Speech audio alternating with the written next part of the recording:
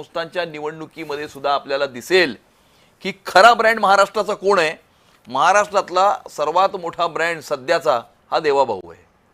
बरं, असं म्हटलं जातं की तुम्ही एकीकडे आरोप करताय की उभाठा ही गेली 35 वर्ष त्यांच्याकडे महानगरपालिका आहे आणि महानगरपालिकेद्वारे जो विकास मुंबईचा व्हायला हवा होता तो झालेला नाहीये.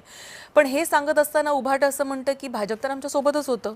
मग हा प्रश्न भाजप का विचारते? 1997 ते 2022 या 25 वर्षामध्ये 25 वर्ष महापौर हा शिवसेनेचा उद्धव ठाकरेंचा होता.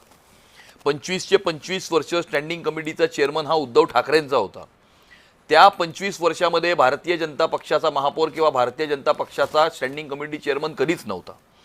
मुंबई महानगरपालिकेची सगळी ताकद ही स्टँडिंग कमिटीमध्ये असते.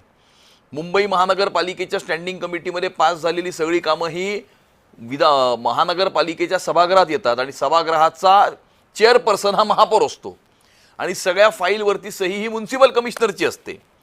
त्यामुळे म्युन्सिपल कमिशनरही भाजपचा नव्हता, स्टँडिंग कमिटी चेअरमनही भाजपचा नव्हता, महापौरही भाजपचा नव्हता. 25 वर्ष उद्धव ठाकरेच ड्राईव्ह करत होते. त्यामुळे त्या 25 वर्षामध्ये उन्नती झाली असेल किंवा दुर्गती झाली असेल, जे काही झालं असेल त्याला उद्धव ठाकरेच जबाबदार आहेत, दुसरं कोणी जबाबदार नाही.